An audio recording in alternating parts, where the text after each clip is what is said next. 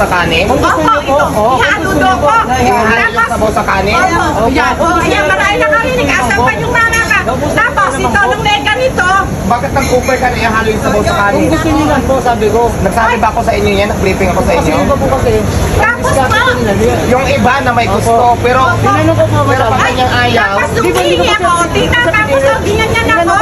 Ay, nang mapalian ka, ikaw ang mataas, nang mapalian tayo mukha ko. Ay, walang hiya ang bata ka, hindi ka dahil. Ganito yung babagsak ko pa yung may-ari. Ganito kasi yun, ma'am. Ganito yun, ma'am.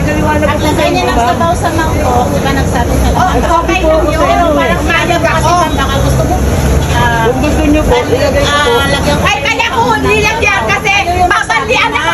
Ay, wala po. sabi mo, gusto mo nga ako, sa'yo ko ibabali ito. Bakit po kayo, ma'am? Baka, ay, sige, ano mo, i-rewind mo kuya. Malapit po kayo, ma'am. Baka napasok po kayo dahil Gusto mo mainit po ikaw, yung sa'yo ko sabaw. ibabali ito. Sabi mo kasi, Mainit po kayo, ma'am. babalian mo ako.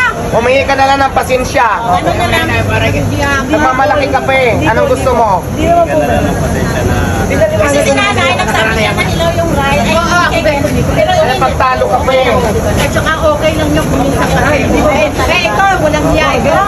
Ay, ganito na yan. Kahit i-rewind. Pasensya na kayo. Ako na humingi ng pasensya. Ako na mag-disiplina dito. Sige na. Ayusin na lang natin yan. Hindi naman siguro kayo nabandian. Ayusin na lang natin yung process. O, Ay, ilapit mo eh, kayong sa bawat humingi ka na ng pasensya. Humingi ka na ng pasensya. Huwag ka na mga pagtalo. Hindi po walang dispensa sa inyo na yan. Hindi niyo po. Ako po yun na. Ako na po yun. Okay na. Sige na, Nay. Pasensya na kayo. Ha? Sige, sige. O, doon ka na.